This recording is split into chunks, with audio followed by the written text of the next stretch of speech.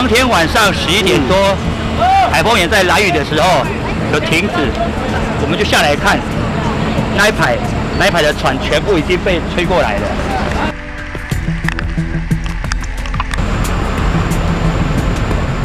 农业课是处理这个船只跟这个农业的部分，所以农业课它比较吃重，因为相亲的渔船是比较重要的。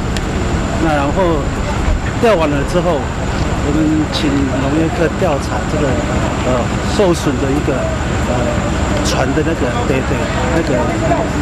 主人，然后我们会一起把这个船只给它调到那个一个空旷的地区。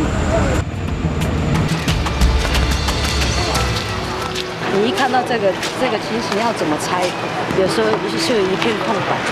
对，因为你要灾后处理是在我们的感觉是最麻烦，我们已经是没有那个就是力气，那我们要希望政府单位能够帮我们，就人力来协助，希望有人力来协助我们。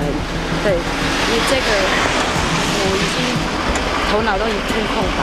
对，因为我们希望政府单位听得到我们的声音。对。你人还好吗？好啊，可是我们的2楼全部挂掉了，全部。民宿看到的时候是还好了，只是看到了家没了，酒吧也没了，这就是我们生财的工具，它没了，我们就跟我老婆抱在一起，掉一滴眼泪，擦一下，笑一笑，没关系，重新再来，就这样子。我们南屿人没那么快就被打倒。